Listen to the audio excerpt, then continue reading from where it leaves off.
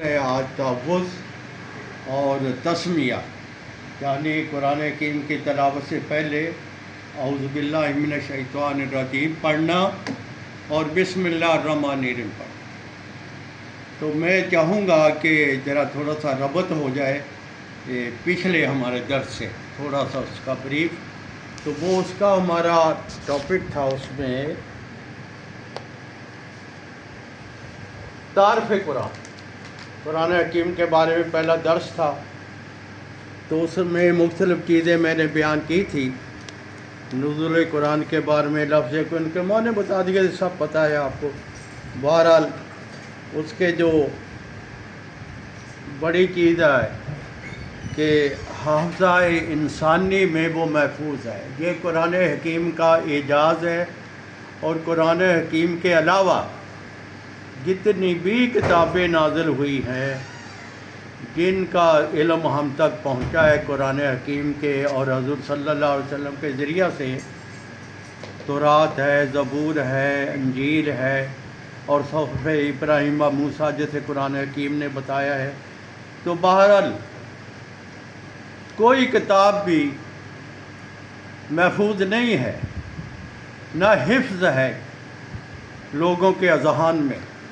صرف قرآن حکیم کو یہ اعجاز حاصل ہے کہ یہ قرآن حکیم حفاظ کے، انسانوں کے، بچوں کے دماغوں میں محفوظ ہے، اور پھر اللہ تعالیٰ نے اس کی محفوظ رکھنے کا، اس کی حفاظت کا وعدہ خود بھی کیا کہ ہم نے ہی اس قرآن کو نازل کیا ہے اور ہم اس کے محافظ ہیں۔ اب یہ آیت قرآن حکیم میں ہے، یہ بھی ہے کہ کسی دوسری کتاب میں یہ آیت بھی نہیں تھی، تو کیوں ہوتی؟ کیونکہ اللہ تعالیٰ کو منظور ہی نہیں تھا ان کو محفوظ رکھنا۔ تو اسی طرح سے ایک اس کا موضوع جو ہے وہ بڑا عدد 19 پہ اس کا تقسیم ہونا ہے، بعض یہ اشارتاً اتنا ہی ہے۔ یہ آیت نمبر ہماری سورہ مدثر کی 74 ہے، اور اس کی آیت 30 ہے، سورہ 74 ہے، آیت نمبر 30 ہے۔ اس میں یہ آتا ہے کہ وہاں ہم نے ان کو 19 مقرر کیے ہیں۔ اب 19 میں بھی ایک ہے کہ ایک عدد ہے، ایک ہے، اور آخری اس کا ابتدا ایک سے ہے، آخری اس کا 9 ہے، نہ 9 سے بڑا کوئی ہے نہ 1 سے چھوٹا کوئی ہے، تو لہٰذا دونوں کو ملائے تو 19 ہوتا ہے۔ وہ جب قرآن حکیم کے وہاں پہنچیں گے انشاءاللہ وہاں اس کی ڈیٹیل بات کریں گے کہ کس طرح سے کمپیوٹر میں اس کی اہمیت آ رہی ہے۔ بس اسی طرح میں مختصر باتیں کرتے کرتے میں بہت بریف کر رہا ہوں۔ آگے میں نے ایک بات کی تھی کہ سورۃ بقرہ جو ہے وہ سب سے بڑی سورت ہے قرآن حکیم کی، اور سورۃ الکوثر جو ہے وہ سب سے چھوٹی سورت ہے۔ اسی طرح سے قرآن حکیم کی سب سے چھوٹی آیت جو ہے وہ الرحمن، اور سب سے بڑی آیت جو ہے وہ آیت دین ہے، جس کے لین دین کے معاملات میں ہے، اور اس کے بعد پھر آیت الکرسی آتی ہے۔ تو اعراب کی بات میں نے کی تھی کہ اعراب 3 ہے، زبر زیر پیش ہے، 4 نہیں ہے، 2 نہیں ہے۔ تو اس کے بارے میں نے عرض کیا تھا کہ یہ 2 کیوں ہے، یہ 3 کیوں ہے۔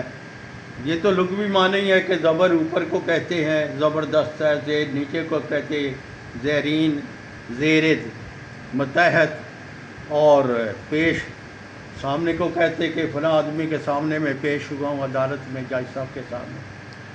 تو میں نے پھر یہ بات کی تھی، میں نے کہا یہ تو لغوی معنی سب کو پتہ ہے، لیکن یہ بات نہ کسی کتاب میں ہے، اب بھی میں کہتا ہوں نہ کسی کتاب میں ہے نہ کسی سے سنا ہوگا کہ 2 کیوں ہے۔ میں نے کہا تھا کہ ڈاکٹر اظہار صاحب کہہ رہے تھے گوگل، میں کہا گوگل بابے کو بھی پوچھ لے، اس کو بھی نہیں پتہ ہے 2 کیوں نہیں 4 کیوں ہیں۔ وہ اس طرح سے ہے کہ قرآن زبان جو ہے یا تو اوپر کی طرف حرکت کرتی ہے تو اس کو زبر کہتے ہیں، یا زبان نیچے کی طرف حرکت کرتی ہے تو زیر کہتے ہیں، زبان سامنے کی طرف حرکت کرتی ہے تو پیش کہتے ہیں۔ بس تینوں طرف زبان حرکت کرتی ہے، اور یہ سارے الفاظ جو ہے زبان نے ہی ادا کرنے ہوتے ہیں۔ تو چوتھی طرف کو نہ زبان حرکت کرتی ہے نہ کر سکتی ہے، تو نہ ہی کوئی اس کا اعراب ہے۔ تو اسی لیے آ کہیں گے زبان اوپر کو جائے گی، ای کہیں گے زبان نیچے جائے گی، او کہیں گے زبان سامنے کو جائے گی۔ بہرحال یہ تھا تھوڑا سا۔ اور اس کے بعد میں نے بس ایک بات بیان کرنے والی تھی کہ اسماء الحسنہ جو ہے اللہ تعالیٰ کے 99 نام، وہ 99 کے 99 قرآن حکیم کی 99 آیات میں ہے۔ ماشاءاللہ، وہ ایسے نہیں بنے، 99 آیات قرآن حکیم ہیں، ان میں آپ کے وہ 99 نام قرآن حکیم کے۔ آگے پھر ایک بات میں نے کی تھی کہ 2 انبیاء ایسے ہیں جن کے لیے قرآن حکیم نے عالمین کا لفظ استعمال کیا، اور ان میں سے ایک حضرت عیسیٰ علیہ السلام ہے کہ آپ کو عالمین کے لیے بھیجا ہے، اور ایک حضور صلی اللہ علیہ وسلم ہے کہ وَمَا أَرْسَلْنَاكَ إِلَّا رَحْمَةً لِّلْعَالَمِينَ۔ تو یہ بات کی تھی۔ اب بس اسی میں اب میں آ رہا ہوں، یہ میں نے خلاصہ بیان کیا بریفلی، چند پوائنٹس اس کو مکمل نہیں۔ اب آج کا جو ہے اس کا تعوذ کے بارے میں ہے۔ اس سے مراد جو ہے اعوذ باللہ من الشیطان الرجیم، کیونکہ قرآن حکیم کا خود حکم ہے فَإِذَا قَرَأْتَ الْقُرْآنَ فَاسْتَعِذْ بِاللَّهِ مِنَ الشَّیطَانِ الرَّجِیمِ۔ جب تم قرآن حکیم کی قرأت کرنے لگو، قرأت کا معنی پڑھنے لگو، تو پھر تم اعوذ باللہ من الشیطان الرجیم پڑھ لیا کرو۔ اور پھر تسمیہ سے مراد جو ہے وہ ہے بسم اللہ الرحمن الرحیم۔ تو کسی کے کام کے شروع میں بھی، ابتدا میں بھی بسم اللہ پڑھنی چاہیے، لیکن بسم اللہ قرآن حکیم کی مکمل آیت ہے، اور ایک آیت کا حصہ ہے۔ حضرت سلیمان علیہ السلام نے جب بلقیس کو خط لکھا تھا تو وہاں لکھا اِنَّهُ مِن سلیمان، کہ جو سلیمان کی طرف سے انَّ بسم اللہ الرحمن الرحیم۔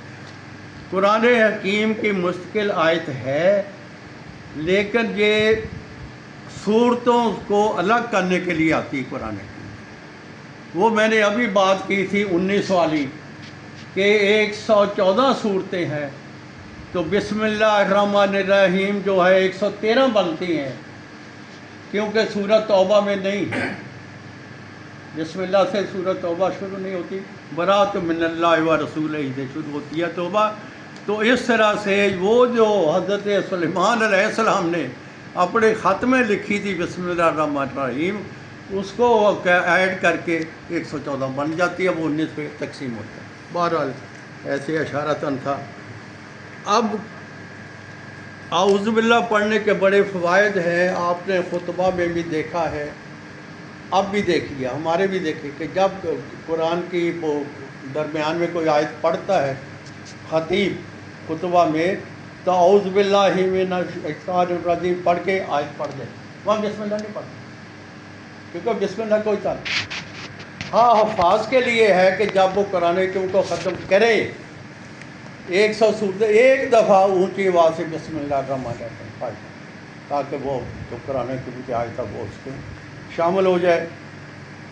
پھر یہ بھی بتایا گیا ہے کہ ہمیں ایک بات اور بھی ہے، قرآن حکیم کی ہم نے اگر سورت شروع کی ہے تو اعوذ باللہ پڑھی ہے، تو وہ جیسے کہتے ہیں بسم اللہ پڑھی، تلاوت شروع کر دی۔